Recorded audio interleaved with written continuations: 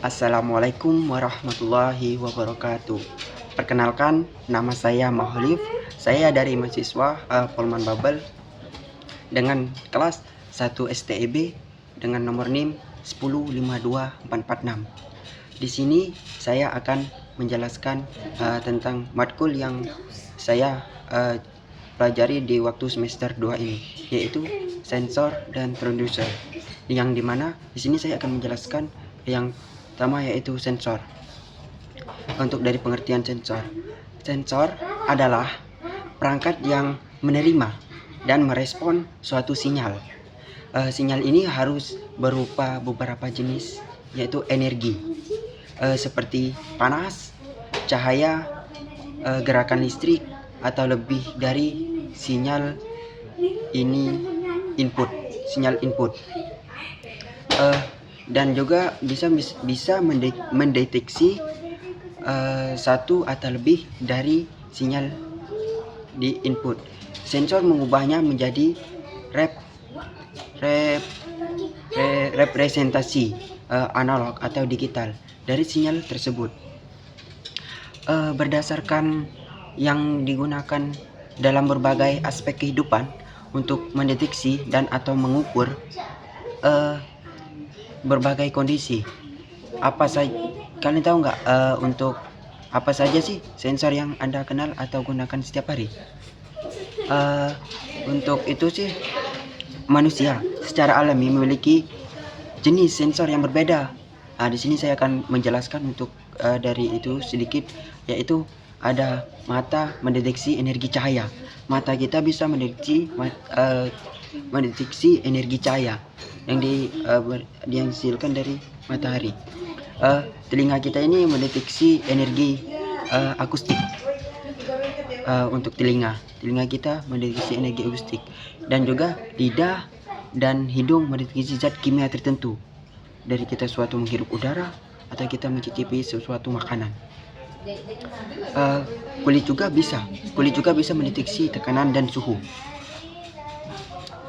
Ada juga mata, telinga, organ tubuh kita itu yaitu mata, telinga, dan lidah, hidung, dan kulit menerima sinyal ini, kemudian mengirimkan pesan ke otak yang menghasilkan respon.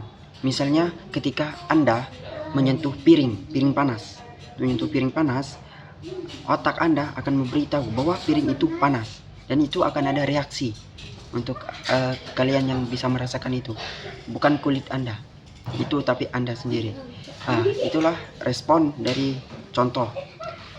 Unit ini juga menjelaskan konsep dasar sensor dan memperkenalkan berbagai dasar sensor dan mengenalkan berbagai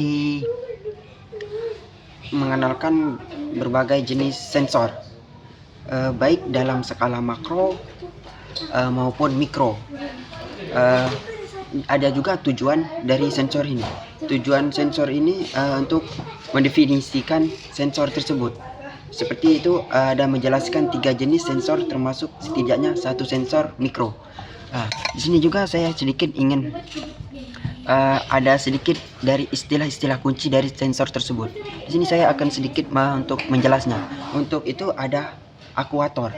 Akuator ini adalah jenis transducer yang mengubah energi menjadi sebagai gerakan. Misalkan energi tubuh kita ketika dia maksimal, kita akan untuk menjadi gerakan itu yang lebih maksimal lah, maksudnya lebih fit.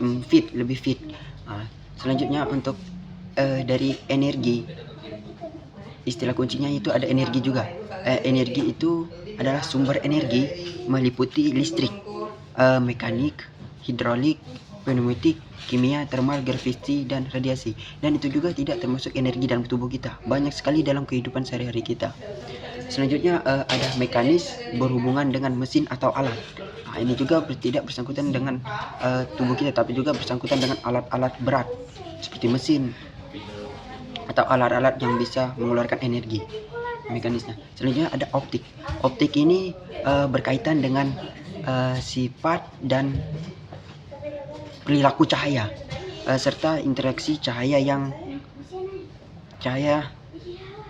dengan materi.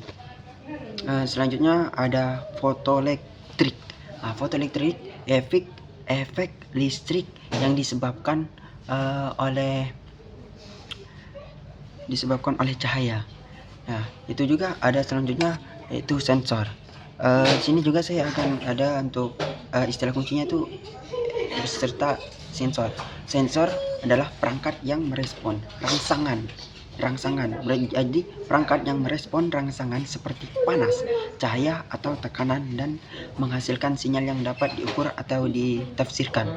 Dari segala perangkat yang merespon rangsangan seperti cahaya tadi, panas tadi atau tekanan, dia akan mentafsirkan tersebut. Selanjutnya transducer. Transducer adalah perangkat yang mengubah satu bentuk energi menjadi bentuk energi lain. Di sini juga saya akan menjelaskan untuk konsep dasar sensor. Untuk konsep dasar sensor ini bisa disebut dengan transducer, yaitu mengubah satu bentuk energi menjadi bentuk energi lain. Sensor mendeteksi keberadaan energi serta perubahan atau transfer energi. Sensor mendeteksi dengan menerima sinyal dari perangkat seperti transducer. Jadi sensor itu yaitu menerima sinyal dari perangkat seperti transducer. Mereka itu sebagian yang nggak bisa dipisah untuk materi yang saya jelaskan ini. Lalu meresponnya sinyal tersebut dengan mengubah menjadi output yang dapat dibaca. Berarti bisa menghasilkan output yang dapat dibaca dari sensor tadi akan bisa mengubah sinyal dari perangkat seperti transducer. Selanjutnya biasanya sensor mengubah sinyal yang dikenali menjadi output listrik, baik dalam bentuk analog maupun digital, yang dapat dibaca. Dengan kata lain, sensor mengambil output transducer dan juga mengonversinya ke format yang dapat dibaca. Jadi untuk sensor ini bisa mengubah sinyal menjadi output listrik, bisa. Jadi ini dipahami juga dalam dunia kelistrikan. Selanjutnya, dalam banyak sensor juga membandingkan sinyal input dan output ke transducer, mengukur perubahan dan merespon dengan output yang sesuai. Untuk itu juga sebagai contoh, sini saya akan membagikan sebagai contoh untuk sensor suhu yang biasanya digunakan adalah biasanya termometer. Itu kan bisa untuk mengukur panas kan, termometer kan. Sini termometer mengukuri suhu dengan mengandalkan sifat untuk mengukuri yang untuk mengembang atau menyusut saat dipanas atau didinginkan. Jadi suatu termometer ini bisa mengukur suhu panas dan suhu dingin. Termometer ini ada juga yang sebagainya termometer merkuri, yang suhunya dengan mengandalkan sifat merkuri yang mengembangkan atau menyusut saat dipanaskan atau didinginkan. Ada juga termometer digital yang menggunakan transducer, misalnya termokopel untuk mengubah energi panas menjadi tegangan listrik. Jadi energi panas itu bisa menjadi tegangan listrik. Itu yang kemudian dikonversikan menjadi tampilan digital. Mungkin untuk dari itu saya di sini juga ingin menjelaskan untuk jenis-jenis sensor. Sensor ada sensor thermal, yang dimana sensor thermal ini menggunakan transducer yang mengubah suhu atau panas menjadi bentuk energi lain dan memberikan output pembacaan suhu. Contohnya termometer tadi. Termometer itu tadi mengukur suhu absolut atau suhu relatif terhadap nol mutlak, dan juga pengukuran termokopel tadi. Termokopel ini menggunakan transducer termokopel untuk mengubah perubahan suhu. Selanjutnya sensor menggunakan RCD yang dimana kepanjangannya resistansi, temperatur, defaktor untuk mengukur perubahan suhu dengan mengukur resistansi kawat RCD yang berubah terhadap suhu. Selanjutnya untuk jenis kedua itu ada sensor mekanis. Untuk sensor mekanis mendeteksi parameter fisik seperti tekanan, kecepatan, aliran cairan, atau percepatan dan memberikan output berupa nilai terukur. Ada juga contoh untuk sensor mekanis. Contohnya yaitu sensor tekanan, yaitu mengukur tekanan, dan juga barometer ya. Barometer juga mengukur tekanan, yaitu sebagai atmosfer, mengukur tekanan atmosfer. Terus altimeter, yaitu mengukur ketinggian suatu objek di atas permukaan tetap. Sensor aliran cairan, yaitu mengukur laju aliran cairan tersebut. Terus sensor aliran gas, mengukur kecepatan, arah, atau laju aliran gas. Selanjutnya ada satu lagi yaitu akselerometer.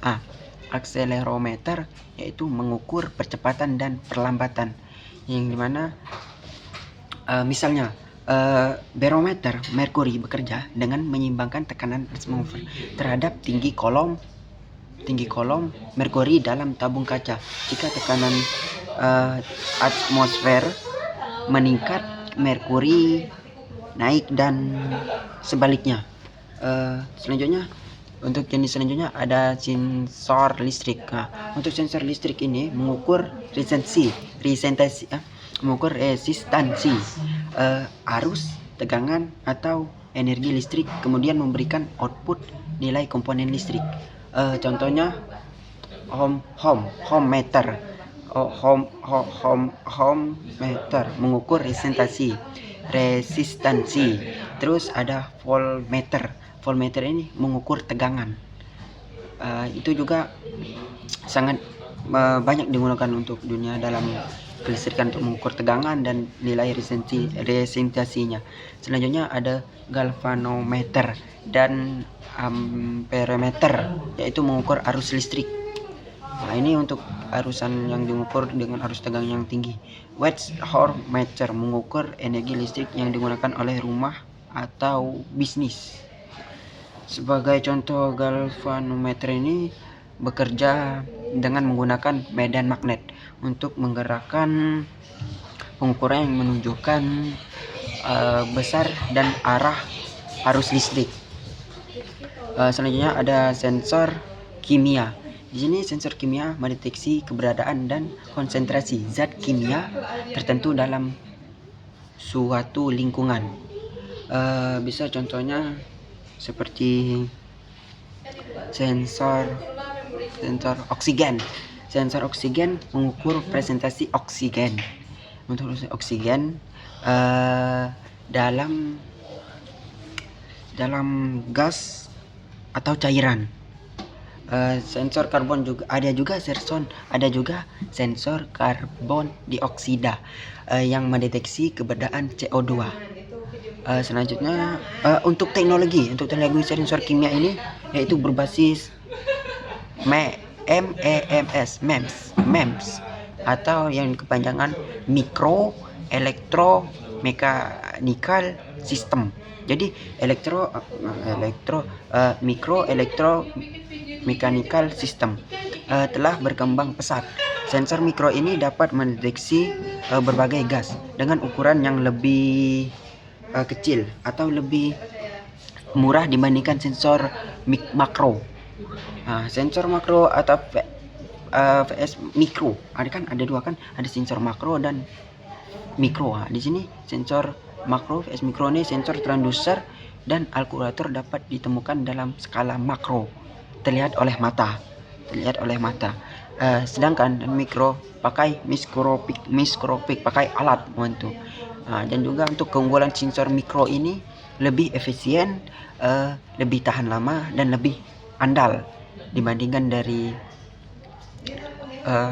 makro dan juga lebih murah untuk diproduksi secara massal. Selanjutnya dapat juga digunakan dalam aplikasi medis dan industri seperti yang digunakan dalam sistem airbag mobil untuk mendeteksi percepatan dalam 3 arah, yaitu 3 arahnya itu ada X, Y, Z. 3 arah tersebut dan mengaktifkan kantung udara jika diperlukan. Selanjutnya pemahaman suatu untuk bisakah suatu perangkat dimisikan. Ada pertanyaan sih, pemahaman lah sedikit. Bisakah suatu perangkat didefinisikan sebagai sensor dan transducer sekaligus?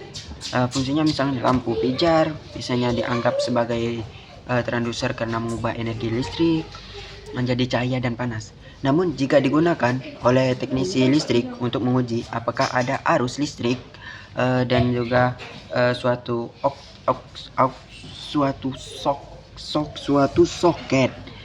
soket lampu tersebut fungsi sebagai sensor listrik. Mungkin bisa untuk penjelasan saya sampai situ, dan sini saya juga ingin menyimpulkan sedikit kesimpulan saya tentang pembahasan dari sensor. Kesimpulan saya itu sensor adalah perangkat penting dalam berbagai aspek kehidupan yang mendeteksi energi atau perubahan kondisi lingkungan. Dengan perkembangan teknologi sekarang ini, sensor semakin canggih. Sudah banyak untuk bukti-buktinya sekarang, boleh di-scroll untuk kecanggihan dari sensor, lebih kecil, lebih akurat, dan lebih ekonomis untuk berbagai aplikasi, termasuk industri kesehatan, digunakan termasuk di industri di bidang kesehatan dan elektronik konsumen.